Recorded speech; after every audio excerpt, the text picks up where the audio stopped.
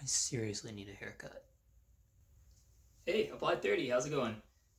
We are in our Systems of Linear Inequalities unit. The other day we looked at inequalities, just refresher on what those look like. Now we're moving into systems. What do those look like and how do they associate with inequalities? So one thing that's useful is what can we infer? So that's kind of like the very first thing we started off with in this course is what kind of questions can we ask? What kind of assumptions are we making with dealing with some of the data? I hope you've got Desmos downloaded on your phone or somewhere on your browser because it's going to save you so much time for this type of question. With regards to inference, what are the accepted values? What are invalid? What are valid? What is our domain going to look like? What's our range going to look like? You'll learn that it's not so simple to just state the domain and range or just to state accepted values, but we should be able to look at a graph and determine, okay, this is a region that works, this is a region that does not work. I'm going to show you what that looks like with one example and then just throw a little bit of practice at you and see how you do with that. Okay, so our one example, and again, if you're using Desmos, you can literally just plug those equations in. Now you can't plug them in the way that they're written here. You can only plug in the inequality portion. You also cannot talk about the solution set.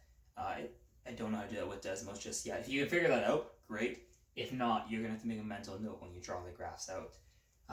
Well, I say draw the graphs out, but when you see the graphs visually, or if you take a screenshot, make sure you recognize what solution set you're dealing with. For the sake of simplicity, I'm going to be only dealing with real numbers here. If you're struggling with things like integers and the dotted solution sets, maybe I'll do an example of that after. But let's start with this.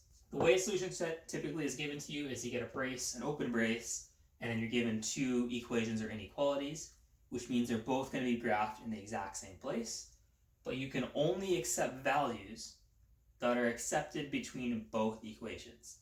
To make more sense of that, I'm going to graph both of these here for you. If you want to jump ahead, you can plug them into Desmos, and it's a lot better. That visual is just a million times better.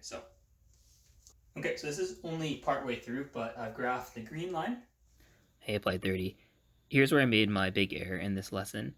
Instead of graphing x is greater than or equal to 3, I graphed y is greater than or equal to 3. So my apologies for that. I'm going to solve y is greater than or equal to 3 on the board, but I'll give you a screenshot a little bit after for the actual solution x is greater than or equal to 3. The concepts are the same, so if you don't mind following along, I appreciate that. And I've highlighted all the valid points for the green line. So green line is x is greater than or equal to 3.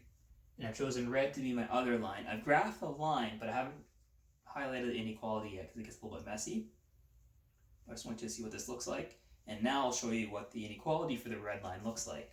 With the valid points for the red line accounted for, so y it must be less than 2x minus 1. So less than means that my line itself is dashed, and I can only highlight the values that are less than in that case. It ends up being the bottom of the graph like that. As you can see, it's gone a little bit messy. Now, Desmos will do that for you. If you've tried that, you've seen that already. What does this graph end up telling us? Well, there's one region of overlap which is of use to us. That's this top right corner here. That is the only part of the graph. And if the graph continued forever, right, this red line will keep going this way, the green line will keep going that way.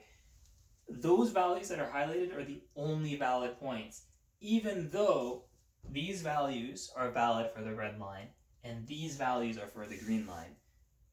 There's a specific region where both inequalities have something that makes sense. Just try to highlight a little better. Again, please use Desmos. It's so much nicer. I'll put a still of that so you can see what the Desmos image looks like. But that's essentially what I want to show you as an intro to system. So I'm going to give you a very small amount of practice. I think there's only 6 problems to look at. And then we'll pick this up with some more applications. Like, why is this useful? What can we use it for? I hope you guys are doing very well. I appreciate those of you that have been submitting your responses on a weekly basis. For those of you that are falling behind, there's not too many of you, but if you're falling behind a little bit, don't worry. Just send me anything. That's something that we can work with. Either way, let's pick up with systems and intro to systems, and then we'll see how far we get in the week. But I think we're doing pretty good so far. Take care, guys.